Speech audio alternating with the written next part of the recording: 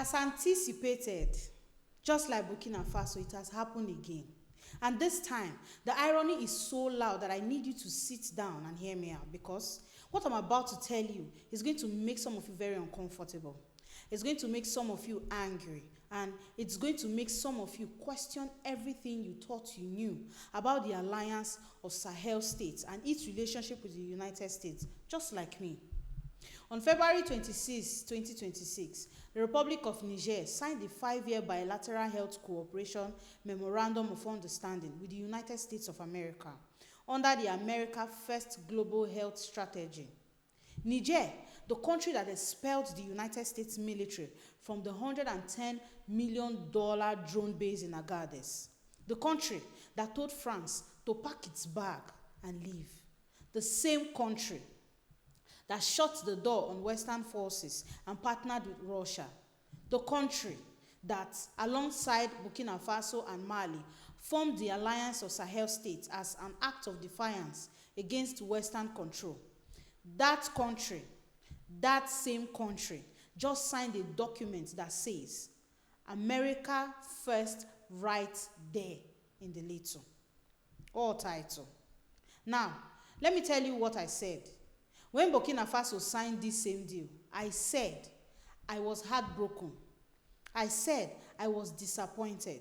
But I also said I was a journalist, and my job is to report facts, not manufacture stories. And that is exactly what I am going to do again today, because I owe you the truth. And the truth is that Niger has now become the second member of the Alliance of Sahel States to sign up to this American Health Initiative, just like I predicted. Burkina Faso was the first, and reports suggest that negotiations are continuing with Mali. If Mali signs that same every single founding member of the Alliance states, the bloc that was supposed to represent the ultimate rejection of Western interference will have signed a document that openly declares American interests as its first priority. Let me walk you through the details, because the details matter. Under this agreement, the United States intends to provide up to $107 million over 5 years to support Niger's health system. Niger, on the other hand, in return, commits to increasing its own domestic health spending by approximately $72 million over the same period. The total value of the deal comes to roughly $179 million. The stated objectives include combating malaria, strengthening maternal and child health services, improving infectious disease surveillance and outbreak response, and also supporting polio prevention. Now, on the surface, that sounds reasonable. Niger has some of the worst health indicators on the continent. Malaria is leading cause of death.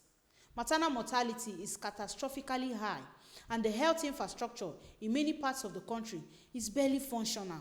So yes, Niger needs health investment. That is not in dispute, but here is where it gets complicated. Here is where you need to look beyond the numbers and read what is actually being agreed to. This memorandum includes $5 million earmarked for global health security programs. And then there is this, and I need you to pay very close attention here. The agreement establishes what the United States calls a comprehensive digital health ecosystem.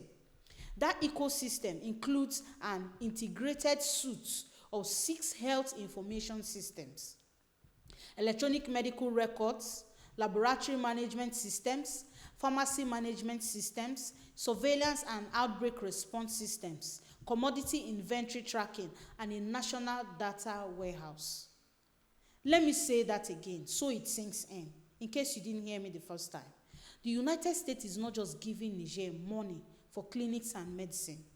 The United States is building an entire digital health architecture inside Niger, a system that will collect, process, store, and manage the health data of millions of Nigerian citizens. Electronic medical records, that is the personal health information of every individual who enters the system. Laboratory management, that is, data or biological samples, test results, and disease patterns. Surveillance and outbreak response, that is real-time monitoring of what diseases are emerging, where they are spreading, and how fast. And a national data warehouse, that is a concerned centralized repository where all of this information is aggregated. Now, I want you to think about something. This is the exact kind of arrangement that Zimbabwe said no to. This is the exact kind of data sharing architecture that made Zambia push back. This is the exact issue that led Kenyan courts to suspend parts of that country's deal with Washington. Zimbabwe's president formally rejected a $367 million health deal with the United States. The Zimbabwean government said the agreement was lopsided. They said the United States was demanding access to sensitive biological resource and health data without guaranteeing that Zimbabwe would benefit from any medical innovations that might result from that data. They said the country would effectively be providing raw materials for scientific discovery with no assured access to the end products, whether vaccines, treatments, or diagnostics. And they said that signing a bilateral health agreement with Washington would be inconsistent with their commitment to multilateral cooperation, especially given that the United States had withdrawn from the World Health Organization. That was Zimbabwe's position. And when Zimbabwe said no, the United States responded by announcing that it would begin winding down health assistance to the country. The American ambassador stated publicly that the proposed deal would have provided over $360 million across 5 years to support programs serving approximately 1.2 million Zimbabweans living with HIV. That is the leverage. That is how the pressure works. You say no, and the money disappears. Zambia pushed back too. A proposed health deal worth over $1 billion stalled after reports emerged that the United States had attempted to link the health agreement to access to Zambian mineral resources, copper, cobalt, nickel, manganese, graphite, lithium, and rare earth elements. A leaked draft of the memorandum reportedly included commitments to share health data with American agencies for up to 10 years. Zambian critics warned that the agreement could provide strategic leverage extending well beyond the health sector and into the country's most valuable economic assets. And in Kenya, the High Court intervened. A health cooperation framework worth over $1.6 billion was partially suspended after a consumer rights organization filed a legal challenge questioning the safeguards around citizens' health data. The court issued orders suspending provisions tied to sensitive data transfer, citing sovereignty and legal compliance concerns. So, you have Zimbabwe saying no, Zambia pulling back, and Kenya going to court. 3 African countries pushing back against this exact framework on the grounds that it compromises data sovereignty, biological resources, and national interests. And then you have Niger, the country that kicked the American military out of its territory, saying yes. Now, I need to be very careful when or with how I frame this because I know my audience. I know many of you, like me, are supporters of the Alliance of Sahel States.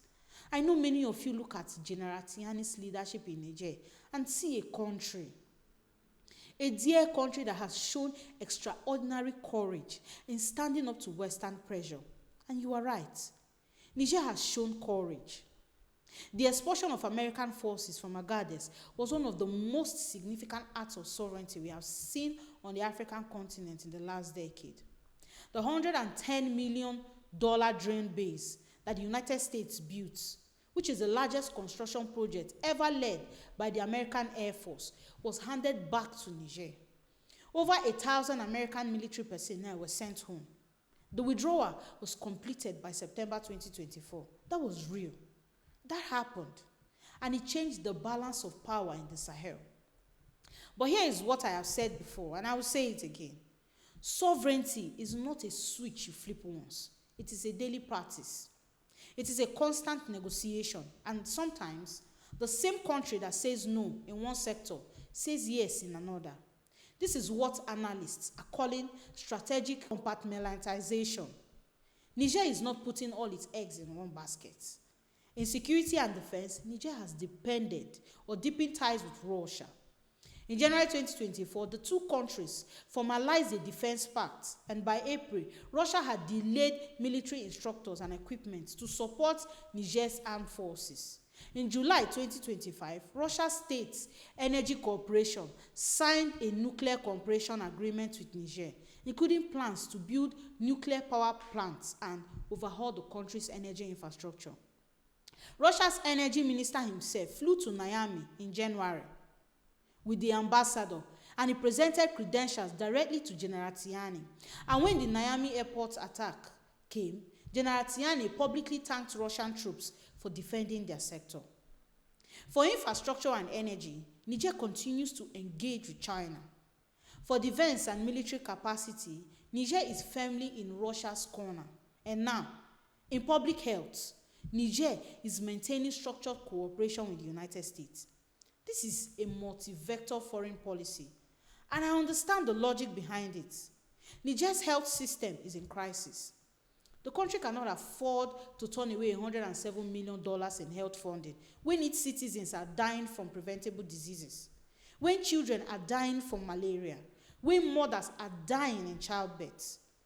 From a purely practical standpoint, this is a government making a calculated decision to accept health support from a country whose military it expelled less than 2 years ago. But here is my concern, and this is where I have to be honest with you, because that is what you expect from me on this channel. The document says America first. It does not say Niger first.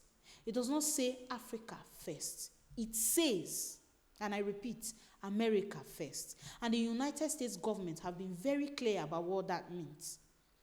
Their own policy documents state explicitly that the purpose of this health agreement is to detect and contain infectious diseases outbreaks before they reach American shores. That is the stated objective. The health of Nigerian citizens is a secondary benefit. The primary beneficiary is the American population. And then there is the digital ecosystem, 6 integrated information systems, electronic medical records, a national data warehouse. This is not a temporary clinic in a rural village. No, it's not. This is permanent digital infrastructure being built inside Niger's health system with American design, American standards, and American technical specifications. And the question that Zimbabwe asked, the question that Zambia asked, the same question that Kenya's court asked, is the same question that every Nigerian citizen should be asking right now. Who controls that data? Who has access to it? Where is it stored? What happens to it after 5 years are up? And what guarantees does Niger have that its biological resources and health information will not be used for purposes that have nothing to do with the health of its people? Because, let me remind you what that broader picture looks like. As of the end of February 2026, the United States has signed 24 bilateral health memoranda of understanding under this framework. 24 countries. And these agreements collectively represent over $20 billion in health funding, more than $12.5 billion from the United States, and over $7.5 billion in co-investment from recipient countries. This is an enormous amount of money, and that is an enormous amount of leverage. In every single one of these agreements includes provision for disease surveillance, data sharing, laboratory integration, and the gradual transfer of financial responsibility to the African government. That last part is critical. These are not permanent aid commitments. These are 5-year frameworks that require African governments to progressively increase their spending, while American funding is gradually reduced. The stated goal is self-reliance, but the practical effect is that African governments are being asked to build their health systems around American technical standards and American digital infrastructure, and then pay for the maintenance of that infrastructure themselves once the American money dries up. Imagine that. Some analysts have warned that this creates a new form of dependency, not dependency on American money.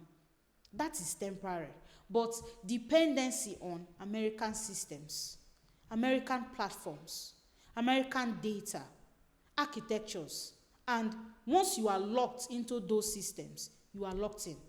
You cannot easily switch. You cannot easily disengage. And the country that designed those systems retains structural influence over your health sector long after the funding period ends. Now, I said at the beginning that I was not going to focus on why, because the why is straightforward. Niger needs the money. Niger's health system is fragile.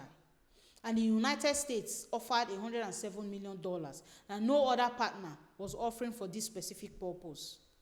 That is the calculation. And I am not going to pretend that it is a simple calculation or that the leaders in Niamey made this decision lightly. But I am going to say this. The fact that two African countries, Zimbabwe and Zambia, had the courage to say no, and that a Kenya court had the independence to suspend parts of this agreement, tells me that Africa is not lost. It tells me that there are governments and institutions on this continent that are willing to prioritize sovereignty over short-term funding. It tells me that the conversation about data ownership, biological resources, and equitable partnerships is alive and growing. And it also tells me something about the broader geopolitical game, because make no mistake, this health initiative is not separate from the competition between the United States and China in Africa. The America First Global Health Strategy was launched in September 2025. Within 3 months, 9 African countries had signed up. The agreements promise billions for clinics, laboratories, vaccines, and health workforce support, exactly the kind of funding that cash-strapped governments find difficult to refuse. But while China has spent 2 decades building roads, railways, ports, and telecommunication infrastructure across the continent, the United States is now pursuing a different kind of influence. Not physical infrastructure, systematic infrastructure, data systems procurement frameworks, surveillance networks, regulatory structures, digital health ecosystems. This is influence that operates through budgets, performance benchmarks, conditional funding, and technical standards rather than through tanks and troops. The United States does not need a military base in Niger anymore. No, not if it has a national health data warehouse at their disposal. And I want every single person watching this to sit with that thought, because it is the most important point in this entire script. The military base in Agadez is gone. The American forces are gone. But if the United States built a comprehensive digital health infrastructure inside Niger, electronic medical records, laboratory systems, surveillance platforms, a national data warehouse, it gains a different kind of access, a quieter kind, a more durable kind, the kind that does not require a status of forces agreement, the kind that does not get protested in the streets, the kind that embeds itself into the daily functioning of a country's institutions and becomes invisible. That is the new front. Health diplomacy, data diplomacy, and Africa is the testing ground. Now, I want to be balanced here, because being balanced is what separates journalism from propaganda. And I have to acknowledge that Niger's health needs are real. They are urgent. And turning away $107 million in health funding when your citizens are dying is not a decision any responsible government makes without serious consequences. General Tiani's leadership has shown that Niger can make independent decisions. They proved that when they expelled Western forces. And perhaps this health agreement represents a pragmatic calculation. Take the money, strengthen the health system, and manage the risks as they come. But the question remains, can you sign a document that says America first and expect that your interest will come first? I don't think so. Can you build your national health data architecture on American platforms and maintain sovereignty over your own citizens' information? Can you accept digital infrastructure designed by a foreign power and assume that the power dynamics embedded in that infrastructure will work in your favor? Zimbabwe answered those questions with a no. Zambia hesitated. Kenya went to court, and Niger said yes. History will tell us who made the right call. So here is my question to you, and I want you to answer honestly in the comment section. Do you think Niger made the right decision in signing this health agreement with the United States? Do you think a country can expel a foreign military from its territory and then allow that same country to build a digital health infrastructure inside its institutions? Do you see the difference between military sovereignty and data sovereignty? And do you think African governments understand that the second one may matter more in the long run than the first? And here is the bigger question. If all three members of Alliance of Sahel states, Burkina Faso, Niger, and potentially Mali, sign up to the American First Global Health Strategy, what does that tell you about the limits of sovereignty in a world where African nations remain dependent on external health financing? Because, my dear viewers, this is the reality. These guns are not the only weapons in the game anymore. The databases are weapons too. The surveillance systems are weapons. The digital platforms are weapons. And the countries that control the data, the countries that design the systems, that set the standards, that build the architecture, those are the countries that will control the future of the nation that use them. Niger kicked the American military out, but the American health system just walked in through the front door, and nobody protested. Every single one of us should be praying, should be paying very close attention. Tell me what you think about all of this in the comment section. And if you want to continue to see content, or maybe consider subscribing and ringing that notification bell. I'm still your host, B. Solomon, and I'll see you in the next one. It's a bye for now.